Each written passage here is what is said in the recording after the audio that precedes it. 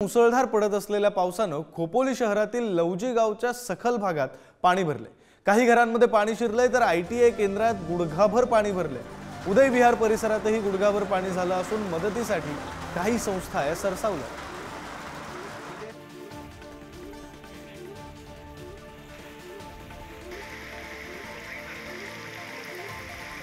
रायगडमधल्या खोपोलीमधली आपण ही दृश्य पाहतोय। जवळपास गुडघाभर किंवा गुडघ्याच्या वर पाणी जे आहे ते पाणी साचलेलं आहे आणि त्यामुळे नागरिकांना मोठा त्रास सहन करावा लागतोय। काही संस्था या मदतीसाठी सुद्धा सरसावलेल्या आहेत, मात्र गुडघाभर पाण्यातून पायी चालणं सुद्धा जवळपास अशक्य असतं आणि त्याचा त्रास हा नागरिकांना सहन करावा लागतोय। रायगडमधील खोपोलीमधील ही घटना आपण पाहतोय, बातमी आपण पाहतोय।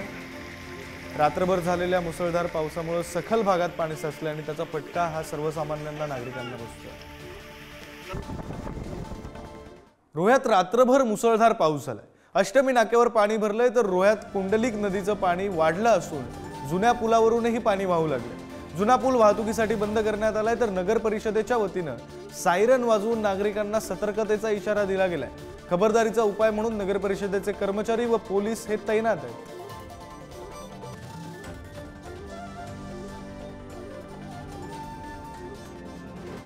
रायगड जिल्ह्यातील महत्त्वाची नदी म्हणून ओळख असलेल्या कुंडलिका नदीला पूर आलेला आहे। रात्रभर मुसळधार पाऊस पडल्यामुळे कुंडलिका नदीच्या पात्रामध्ये मोठ्या प्रमाणात पाणी आलेलं आहे। मोठ्या प्रमाणात पाणी आल्यामुळे रोहा अष्टमीला जोडणारा जो पूल आहे त्या पुलावरनं पाणी वाहू लागले आहे। पाणी वाहत असल्यामुळे रोहा नगर परिषद व पोलीस प्रशासनाने सतर्कतेचा इशारा देऊन हा पूल रहदारीसाठी बंद करण्यात आलेला आहे। आपण पाहू शकता कशा पद्धतीने कुंडलिका नदीच्या वरनं पाणी जात आहे। संपूर्ण कुंडलिका नदी तुडुंब भरलेली आहे।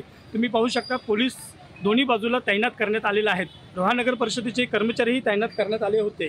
रात्रभर पाऊस पडल्यामुळे कुंडलिका नदीला मोठ्या प्रमाणात पाणी आलेलं आहे। पाणी आल्यामुळे नगर परिषदेने महसूल विभागाने सतर्कतेचा इशारा दिला आहे।